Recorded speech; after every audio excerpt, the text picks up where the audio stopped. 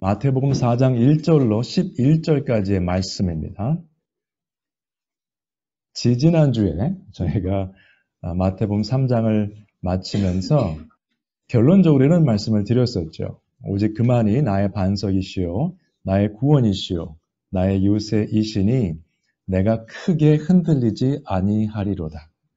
세상 일 가운데 오늘 권사님께서 기도하셨습니다만 크고 작은 일들을 저희가 지나갑니다. 일들이 생기고요. 그럴 때 흔들릴 수 있어요. 그러나 우리가 하나님을 믿는 믿음이 있다면 하나님께서 우리의 반석이시고 우리의 구원자 되심을 믿는다면 크게 흔들리지 않는다는 거 기억해 주시면 앞으로의 신앙생활 동안에도 도움이 되실 줄로 믿습니다. 오늘 본문을 통해서는 승리하는 삶이라는 주제를 가지고 말씀을 상고해 보도록 하겠습니다. 이제 예수님께서 세례를 받으시고 하늘에서 하나님 아버지의 음성을 들었죠. 그때에 예수께서 성령에게 이끌리어 이렇게 되어 있습니다. 광야로 가셨어요. 근데 마가복음에 보시면은 성령이 곧 예수를 광야로 몰아냈다고 되어 있습니다. 영어 표현은 그쪽에다 던졌다 뭐 이런 표현들이 되는데 그러니까 예수님께서 지금 공생애를 본격적으로 시작하시는 이 부분에 있어서 성령님의 인도하심이 있었다는 겁니다. 광야의 시험을 받으러 가시는 부분도 성령님의 인도하심이 있었다는 겁니다. 이 부분을 잘 기억하시면 나중에 또 본문을 보면서 이해하시는 데 도움이 될 것입니다. 자, 시험하는 자가 예수께 나와서 이르되 사탄이죠. 내가 만일 하나님의 아들이여든 명하여 이 돌들로 떡덩이가 되게 하라. 40일을 금식하셨어요. 여러분 보통 영어 예배 이제 11시에 끝나면 12시 가까이 되는데요. 끝나고 나면 배가 고픕니다. 그래서 얘기를 하다가 배고프면 집에 가서 밥을 먹어야 돼요. 40일을 안 드신 거예요. 그런 상황에서 이 돌들로 떡덩이가 되게 하라는 것은 참 큰 유혹입니다. 만약에 여러분 저희들이 경제적으로 힘든데 누가 돈을 주겠다고 하면 그거 받고 싶죠. 어떤 돈인지 묻지 않습니다. 배고픈데 음식을 사준다고 하면 땡큐죠. 그죠? 예수님께서 이렇게 대답하셨어요. 기록되었으되 사람이 떡으로만 살 것이 아니요 하나님의 입으로부터 나오는 모든 말씀으로 살 것이라 하였느니라 하시니 우리는 기도 생활도 마찬가지, 신앙생활도 마찬가지 땅에 있는 떡에 관심이 많습니다. 당장 내가 편하게 사는 것에 관심이 많아요. 근데 예수님께서는 그것도 중요하지만 왜냐하면 일용할 양식을 위해서 기도해야 되겠죠. 주기도문에 나와 있기 때문에. 그러나 그것으로만 사는 것이 아니라는 거죠. 영생의 떡을 먹어야 된다는 거죠. 하나님의 말씀. 그래서 우리의 생명과 하나님의 말씀의 관계에 대해서 설명하시면서 그 유혹을 뿌리치셨습니다. 그 다음에 마귀가 이렇게 말을 했습니다. 예수를 거룩한 성으로 데려다가 성전 꼭대기에 세우고 좀 높은 데로 갔죠? 이르되 내가 만일 하나님의 아들이거든 하나님의 아들이라는 거 알고 좀 유혹하는 겁니다. 시험하는 거예요. 여러분 생각해 보시면요. 예수님께서 첫 번째 시험 받으신 게 떡에 관한 것이었죠. 육신의 정욕에 관한 것이었는데 두 번째는 뭐냐면 하나님의 믿음에 대한 것. 하나님께서 너를 사랑하시면 우리에게 해당한다면 너가 하나님의 자녀라면 이렇게 해주실 것이다 라는 거예요. 그거 유혹입니다. 여러분. 사탄의 유혹이에요. 하나님께서 우리가 원하는 거 우리가 청한 상황 다 100% 해결해 주시지 않으세요. 그렇게 해주시면 다 부자가 돼야 되고 다 건강해야 되고 다 명문대학교 가야 됩니다. 그렇지 않아요. 두 번째 이야기죠. 만약에 그렇다면 한번 뛰어내려 보아라 하는 거죠. 첫 번째 유혹 때 시험 때 예수님께서 기록되었으되 하셨잖아요. 그러니까 사탄도 마귀도 말씀을 잘 알고 있습니다. 하나님의 말씀을. 그래서 이번에 유혹할 때 어떻게 했죠? 기록되었으되 시편 91편을 보니 이렇게 나와 있더라. 한번 해보십시오. 그렇게 말을 한 거예요. 그가 너를 위하여 그의 사자들을 명하시리니 그들이 손으로 너를 받들어 발이 돌에 부딪히지 않게 하리로다 하였느니라. 여러분 성경 말씀을 아무데나 갖다 붙이시면 안 됩니다. 오늘날에도 성경 말씀 괜히 앞뒤 그 문맥 하나도 안 따지고 그냥 빼가지고 하시는 분들이 있어요. 제가 예전에 한번 말씀드렸지만 어떤 분들은 연락이 와요. 주중에 와서 애들이 말을 안 듣는데 성경 말씀 좋은 거 없습니까? 그런 분들이 있어요. 그 목적이 뭐죠? 애들 야단치려고 하나 꽉 뽑아가지고 하려고 하시는 분들도 있습니다. 아니에요. 그렇게 사용하시는 게 아닙니다. 성경 말씀은. 그러니까 사탄도 지금 예수님을 유혹하면서 기록되었을 때 말씀에 나와 있지 않느냐. 이거 맞는 거 아닌가. 해보라는 거죠. 하나님의 아들이기 때문에. 그래서 말씀에 대한 정확한 이해가 굉장히 중요한데요. 이 질문을 우리가 보기 전에 창세기에 나오는 사건을 한번 보도록 하겠습니다. 사탄이 이브를 유혹할 때 이렇게 말을 했습니다. 하나님이 참으로 너희에게 동산 모든 나무의 열매를 먹지 말라 하시더냐? 그러고 물어봤어요. 여기 보시면은 참으로 그랬죠. 정말로 그렇게 말씀하셨니? 그렇게 물어본 거예요. 아, 그러면 정말로 말씀하셨지 가짜를 말씀하셨겠습니까? 그런데 사탄이 이렇게 말을 했거든요. 모든 나무의 열매를 먹지 말라 하시더냐? 그랬습니다. 교묘하게 하나님의 말씀을 들면서 그것을 자기 생각으로 이렇게 바꿔버렸어요. 그러니까 이브가 이렇게 대답을 했죠. 동산 나무의 열매를 우리가 먹을 수 있으나 동산 중앙에 있는 나무의 열매는 먹지 말라고 했다.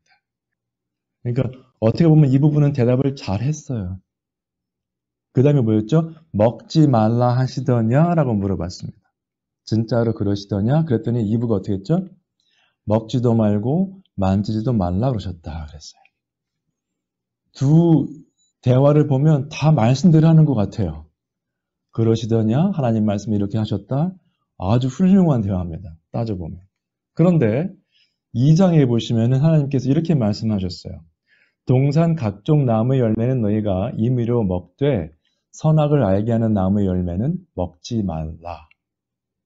그것을 먹게 되면 정녕 죽으리라 이렇게 말씀하셨거든요. 동산 중앙에 있는 나무라고 했던 그 대답은 맞기도 하고 틀리기도 합니다. 정확한 대답은 아니었어요. 동산 중앙에 선악과가 있었고 생명나무도 있었거든요. 그래서 이 세 구조를 보시면 그냥 보면은 다 비슷한 얘기 같아요. 그런데 정확히 구별을 하실 필요가 있습니다. 분별을 하셔야 돼요. 세상에 있는 설교를 들어보시면 그냥 다 성경 말씀대로 하는 것 같아요. 먼저 하나 읽고 성경 말씀 읽고 뭐 다른 얘기를 하더라도 어쨌든 성경 말씀이 들어갑니다. 그런데 이게 지금 성경 말씀대로 말씀을 쭉 풀어 해석하는 건지 아니면은 본인이 하고 싶은 말을 하는 건지 구별을 하셔야 돼요. 굉장히 중요한 얘기입니다. 이게 안 됐기 때문에 결국 죄를 범하게 됐죠. 주거니 받거니 대화를 하다가 말씀대로 대화를 하다가 결국은 죄를 범했습니다. 그래서 예수님께서 이렇게 대답하셨어요. 또 기록되었으되 주 너의 하나님을 시험하지 말라 하였느니라. 사탄 마귀가 들었던 성경 말씀은 그렇게 사용하는 본문이 아니었던 거죠. 예수님께서 correction을 주신 거예요. 우리는 하나님을 시험하면 안 된다. 그 말씀이 신명기 6장 16절의 말씀인데요. 신명기 6장 16절에 나오는 말씀은 마사의 사건을 말하는 겁니다. 근데 그것이 출애굽기 17장에 나오는 사건이에요. 이렇게 나왔습니다. 그가 그곳 이름을 마사 또는 무리바라 불렀으니 이는 이스라엘 자손이 다투었으며 또는 그들이 여호와를 시험하여 이르기를 시험한 겁니다. 여호와께서 우리 중에 계신가 안 계신가 하였음이더라. 마사 또는 무리바라고 했습니다. 여기서 마사가 시험한다는 뜻이 있고요. 히브리어에 무리바라는 단어가 다툼이란 뜻입니다. 그래서 여호와를 시험하여 이르기를 어떻게 시험했어요? 하나님 시험하는 거 넘버 원. 하나님께서 우리 가운데 계신가 안 계신가? 내가 지금 힘들어 죽겠는데 하나님은 어디 계신가? 똑같은 겁니다. 지금 하나님은 우리와 함께 계시거든요, 항상. 근데 물 없다고 지금 얘기하는 거예요. 물이 안 나온다. 하나님 어디 계시냐 그 얘기한 겁니다. 하나님을 시험한 겁니다. 두 번째로 한번 보죠. 어떤 내용인가. 이 마사의 사건인데요. 17장 1절로 2절까지 말씀인데 조금 길지만 함께 읽으시겠습니다. 시작. 이스라엘 자손의 온 회중이 여호와의 명령대로 신광야에서 떠나 그 노종대로 행하여 르비딤의 장막을 쳤으나 백성이 마실 물이 없는지라. 백성이 모세와 다투어 이르되 우리에게 물을 주어 마시게 하라. 모세가 그들에게 이르되 너희가 어찌하여 나와 다투느냐? 너희가 어찌하여 여호와를 시험하느냐? 여호와의 명령대로 신광야에서 떠나 그 노종대로 가야 될 곳에 갔어요. 거기 가서 장막을 쳤습니다. 하나님 말씀대로. 근데 물이 없는 거예요. 여러분, 내가 하나님 말씀대로 살고 있는데 왜 이렇게 힘든가? 고민하지 마십시오. 말씀대로 한다고 만사 형통하지 않습니다. 이스라엘 백성들이 말씀대로, 명령대로 떠났어요. 그래서 명령하신 말씀대로 가서 장막을 쳤는데 물이 안 나오는 겁니다. 당장 어떻게 했을까요? 모세한테 가서 막 얘기를 한 거죠. 물을 달라. 그러니까 모세가 뭐라고 그랬습니까? 너희가 어찌하여 나와 다투느냐. 그 다음에 너희가 어찌하여 여호와를 시험하느냐. 아니 물 달라고 했는데 여호와를 시험한다고 표현했습니다. 생각해 보세요, 여러분. 물이 안 나와서 백성들이 지금 목이 말랐어요. 그죠? 힘들어서 모세에게 왔습니다. 물을 달라. 장막을 친 곳에 르비딤에 모세와 함께 있었죠, 사람들이 다. 그러면 백성들은 물을 못 마시고 있는데 모세 혼자 물주머니를 차고 있으면서 혼자 마셨을까요? 아닙니다. 같이 목말랐어요.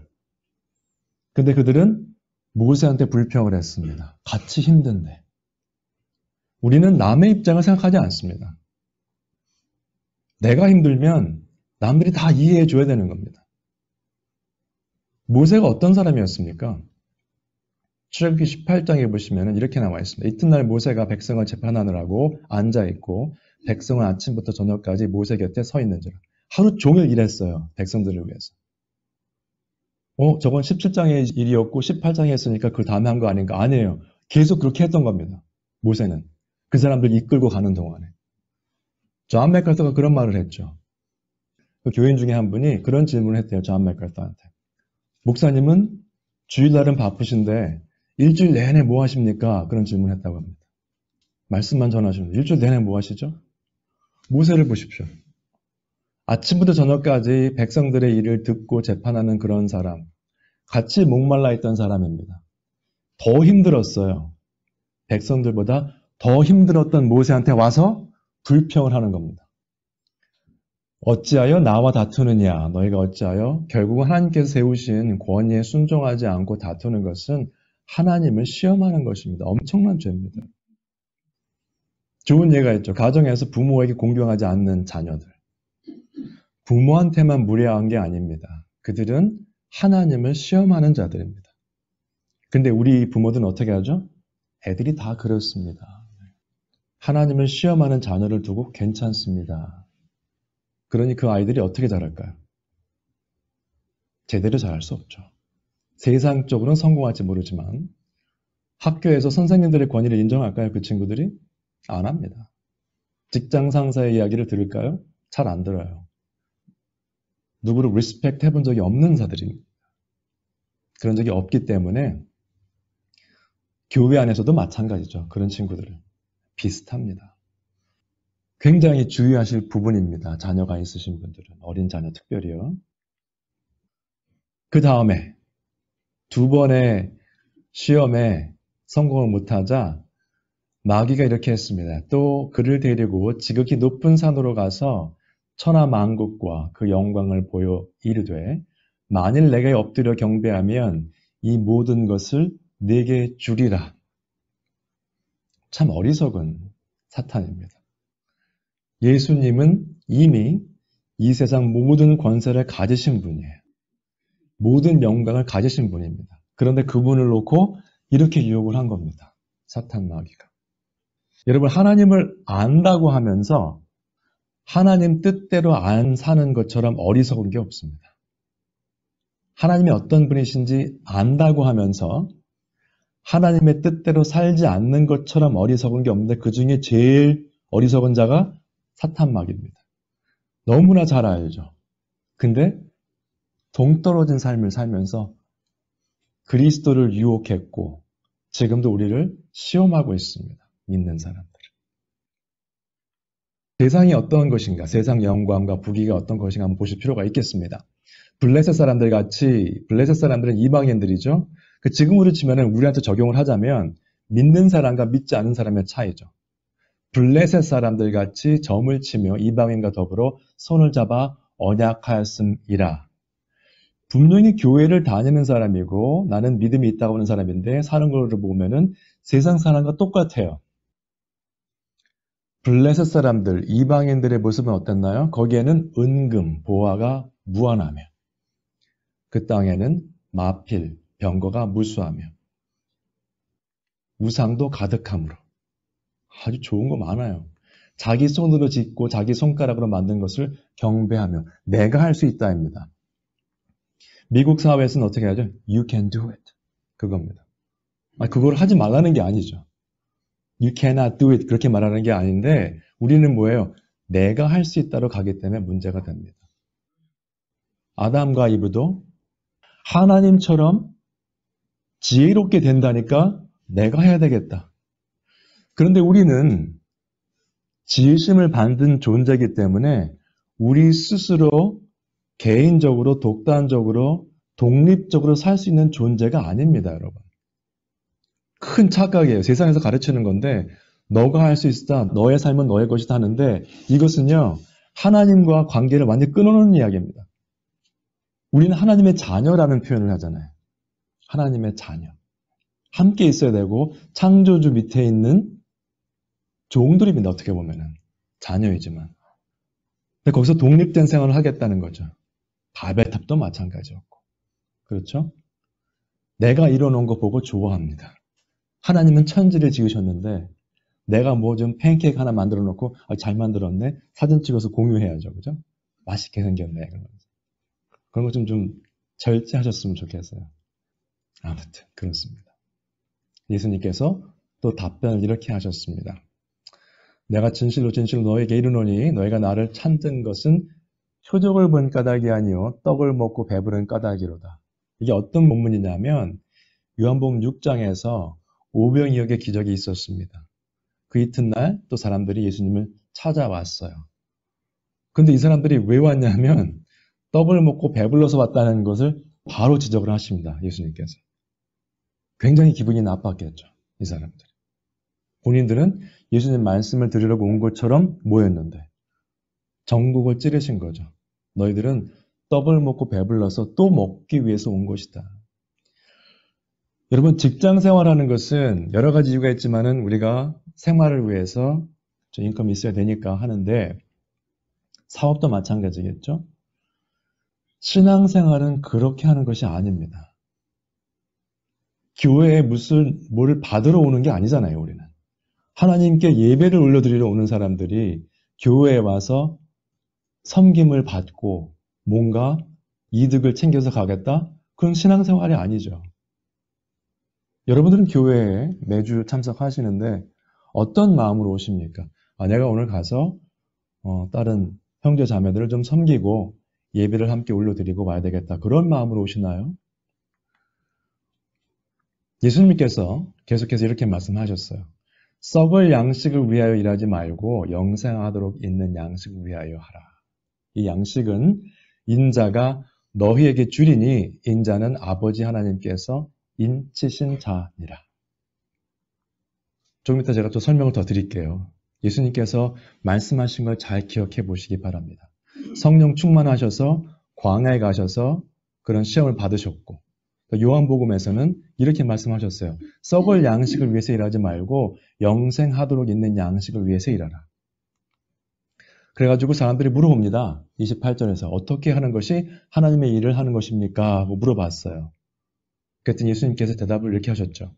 예수께서 대답하여 이르시되 하나님께서 보내신 일을 믿는 것이 하나님의 일이니라 하시니. 네. 그러니까 예수 그리스도를 믿는 것이 하나님의 일이라고 말씀하신 거예요. 그러면 믿으면 아무것도 안 하는 사람이 아니죠. 믿으면 반드시 삶의 변화가 따라오고요. 우리의 행동이 따라옵니다.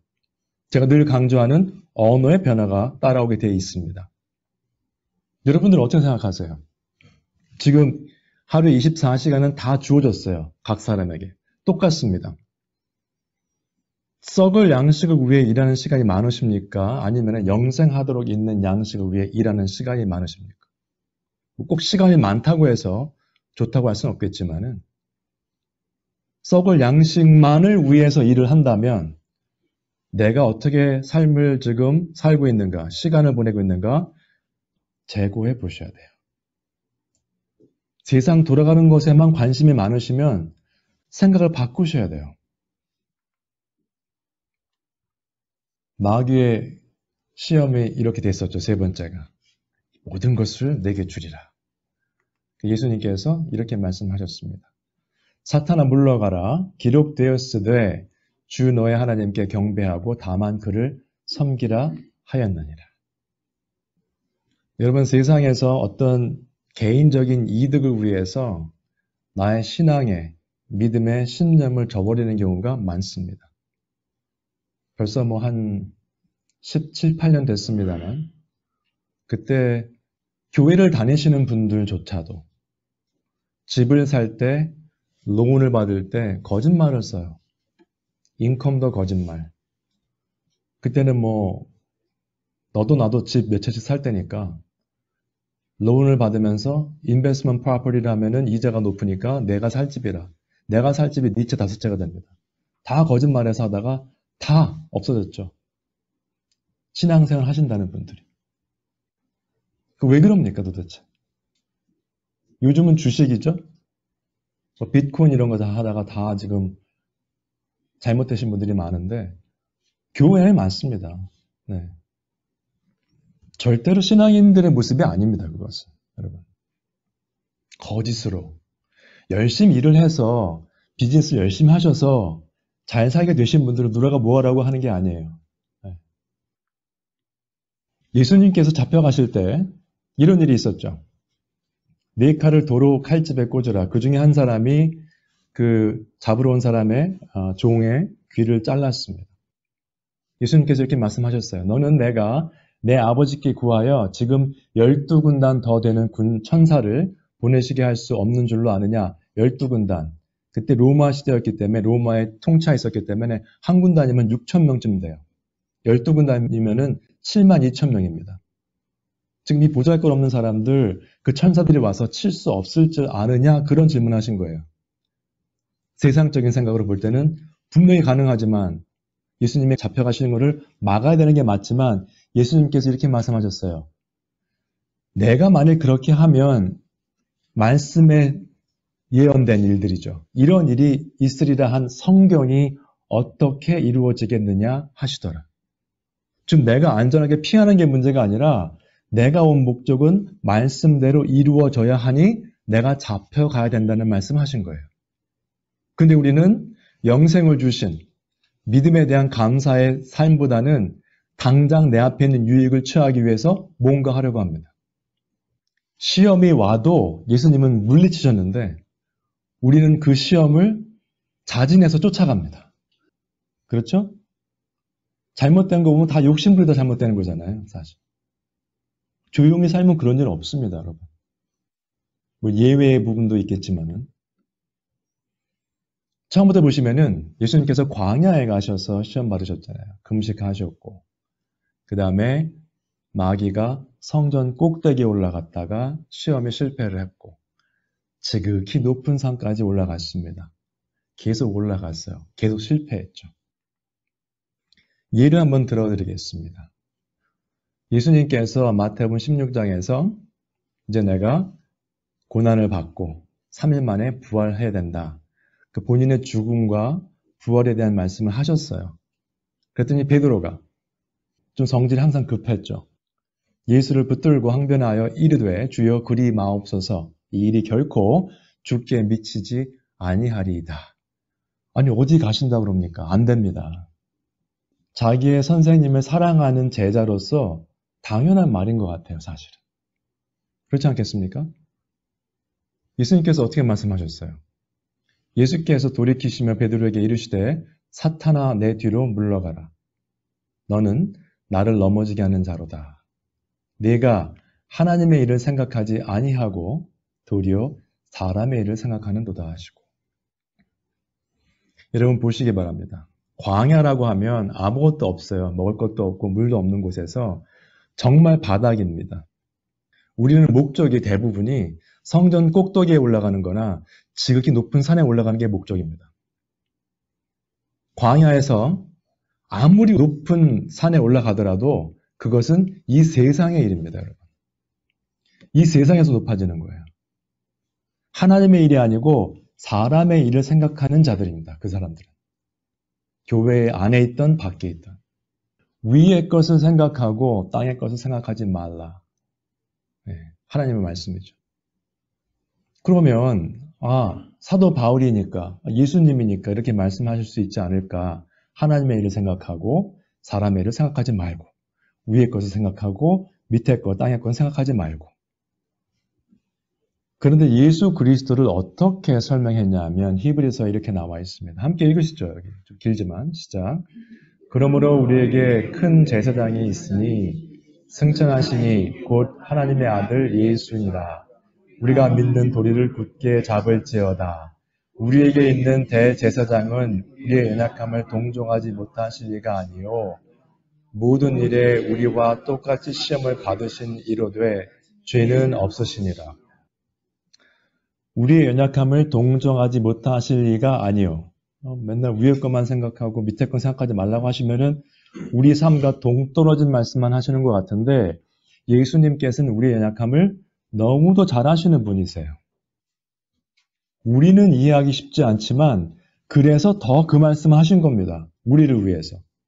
여러분 자녀들에게 잔소리하시면 자녀들을 위해서 말씀하시는데 그들이 다 알아듣던가요? 안 해요. 그들을 위한 것인데 못 알아듣는 경우가 많습니다. 조금 잘하면서 그때 엄마 아빠 말씀하신 게 맞았던 것 같아요. 그런 경우가 많죠. 예수님께서 우리의 연약함을 너무 잘 아시기 때문에 이 땅의 것보다는 위의 것, 사람의 일보다는 하나님의 일에 중점을 두라고 말씀하신 겁니다. 그게 맞기 때문에요. 그렇게 살아야 되기 때문에 말씀하신 거예요. 근데 우리는 지금도 예수님이시니까 사도 바울이니까 이렇게 얘기를 하는 겁니다. 나랑은 관계가 없습니다. 너희는 위의 것을 생각하라. 그것은요. 목회자에게 준 말이 아니고 골로새에 있는 모든 성도들에게 주어진 말씀이었습니다. 그리고 예수님은 우리와 똑같이 시험을 받으신 분이세요. 마태복음 4장에 보니 시험 3번 받으셨는데 그거 아닌 것 같은데요? 아니에요. 그 3번이 중요한 게 아닙니다. 기록된 것은 3번이죠. 40일 금식하시고 그 계시는 동안에 얼마나 많은 크고 작은 유혹이 있었을까요? 다 기록은 안 되었지만. 우리에게 필요한 내용만 기록이 되었겠죠? 우리와 똑같은 시험을 받으셨어요. 예수님께서. 거기에 다 포함되는 거죠. 근데 죄는 없으신 분이세요. 모범을 보이신 거예요. 예수님께서. 이렇게 살아야 된다는 거죠. 삶 가운데. 그 로마서에 같은 이야기가 나옵니다. 로마서 같이 여기 위에 한번 같이 읽으시죠. 시작. 육신을 따르는 자는 육신의 일을, 영을 따르는 자는 영의 일을 생각하나니 육신의 생각은 사망이요 영의 생각은 생명과 평안이니라. 사도 바울의 말씀입니다. 똑같은 이야기죠. 육신을 따라서 그냥 눈앞에 있는 이익만 쫓아 살면 결국은 그 끝은 사망이라고 되어 있습니다. 영의 생각은 생명과 평안이니라. 지금 마음 가운데 평안이 혹시 없으시면 내가 지금 무슨 생각을 하고 있나 생각을 해보세요. 내가 지금 영의 것을 생각하고 있는가? 그런데 아까 이스라엘 백성들처럼 하나님의 말씀대로 순종하더라도 마실 물이 없을 상황이 벌어질 수 있습니다. 그거는 각오를 하셔야 돼요. 그렇게 어려운 상황이 생긴다고 해서 절대로 하나님을 시험하지 마십시오. 예수 그리스도 그리고 조금 이따가 제가 다른 아담을 설명을 드리겠습니다. 그런즉 한 범죄로 많은 사람이 정죄에 이른 것 같이 아담이죠. 아담의 행위였죠. 한 의로운 행위, 예수 그리스도의 사건입니다. 말미암아 많은 사람이 의롭다 하심을 받아 생명에 이르렀느니라. 한 사람이 순종하지 아니함으로 아담이죠. 많은 사람이 죄인 된 것 같이 한 사람이 순종하심으로 예수 그리스도이십니다. 많은 사람이 의인이 되리라. 아담의 사건은 범죄, 죄를 범한 것이었지만 순종치 아니했던 사건이었고요. 그로 인해서 우리가 죄가 들어오고 사망에 들어왔죠. 예수 그리스도 사건은 의로운 행위, 순종의 사건이었습니다. 아담과 예수 그리스도를 한번 비교해 보겠습니다. 아담은 에덴 동산에 있었고요. 창세기 2장 15절에 보시면 예수님께서는 광야에 계셨습니다. 에덴 동산이 어떤 곳이었나요? 가끔 가다가 가뭄도 들고 물도 안 나오고 그랬나요, 거기가? 아닙니다. 아무것도 부족한 것이 없는 곳이었어요. 가끔 그런 말씀을 제가 듣는 경우가 있는데 사실은 저도 그런 생각을 했던 적이 있었어요, 옛날에. 평신도 때. 이상하게 이제 교회에서 뭐 사역하시는 분들은 잘 사시는 분들이 많더라고요.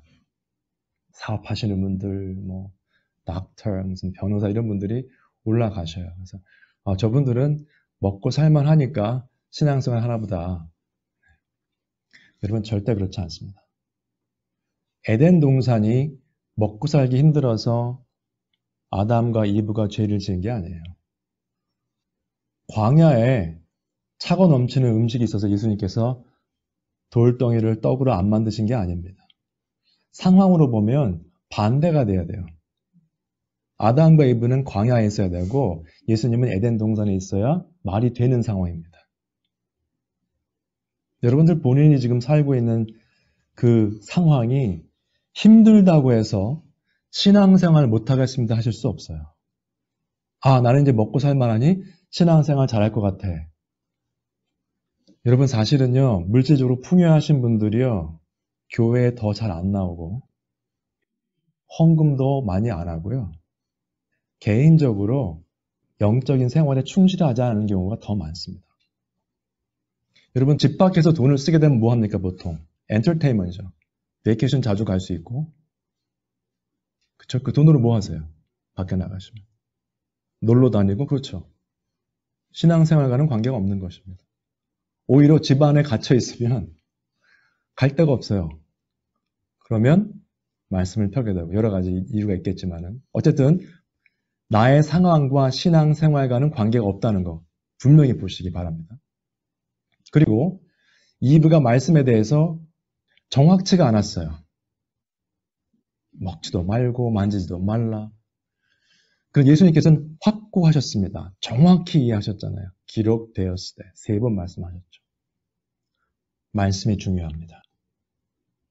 아담과 이브는 그 좋은 환경에서 감사가 없었어요. 하나님처럼 된다고? 욕심이죠. 그냥 감사했으면 욕심이 없었을 거예요. 안 생겼을 거예요. 그런데 감사가 없으니 개인적인 욕심이 생겼고 그것이 불순종으로 이어진 것입니다. 처음에 말씀드릴 때 예수님께서 광야로 가실 때 어떻게 가셨죠? 성령에 이끌려서. 누가복음 4장 1절에 보시면 예수께서 성령의 충만함을 입어 성령에게 이끌리시며 마귀에게 시험을 받으시더라. 그래서 이기신 겁니다. 어떻게 해요? 말씀 가운데. 그래서 우리는 결론의 말씀입니다. 성령 충만한 삶을 사셔야 돼요. 술 취하지 말라는 술만 안 마시는 게 아닙니다, 여러분. 술을 마셔도 안 취하면 그 말이 아니고요. 세상적인 것에 빠지지 말라는 겁니다. 성령으로 충만함 받으셔야 해요. 그게 뭡니까? 오늘 예수님의 말씀 그 예를 보시면 말씀이죠. 하나님의 말씀으로. 성령 충만이 가능했죠. 기록되었을 때. 성령 충만해서 가시니까 다 답변이 뭐예요? 기록되었을 때. 기록되었을 때. 말씀으로 가셔야 돼요. 그 위에 보시면 15절, 17절까지 말씀인데 거기에 이렇게 나옵니다. 지혜 있는 자와 지혜 없는 자의 차이점을 극명하게 구별하고 있습니다.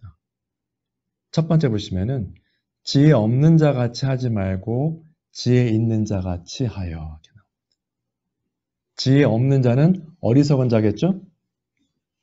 근데 지혜 있는 자는 오직 주의 뜻이 무엇인가 이해하는 자들입니다. 그러면 술 취하지 않고 성령 충만함을 받아요. 그러면 삶 가운데 어떻게 지낼까요? 내가 재물이 많건 적건 상황이 좋건 좋지 않던 세월을 아끼는 사람이 됩니다. 오늘 노집사님 광고하실 때 시간이 빨리 가는 것을 느낀다. 어르신들 계시지만 저도 그렇습니다. 저도 계속 느끼고 있는데 여러분 세월을 아끼게 됩니다. 그냥 아무것도 안 하고 릴렉스 하실 필요가 있죠. 시간적으로. 그러나 육신의 일, 썩어질 것에 대한 시간을 보내는 것보다는 하나님의 일을 하면서 영생에 관한 소망을 붙잡고 사시는 시간이 많아지고 또 그렇게 함께 동역하는 사람들과 교제하는 시간이 늘어날 수밖에 없습니다. 세상에 나가서 교제하고 세상 사람들과 친분을 쌓고 이럴 시간이 별로 없습니다, 여러분.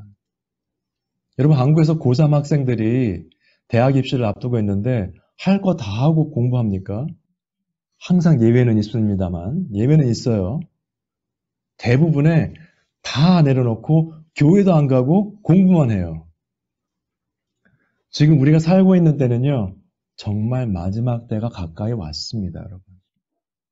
하나님의 뜻이 무엇인가 이해하셔서 세월을 아끼시고 늘 성령 충만한 지혜 있는 성도님들 다 되시기를 주님의 이름으로 축원드립니다.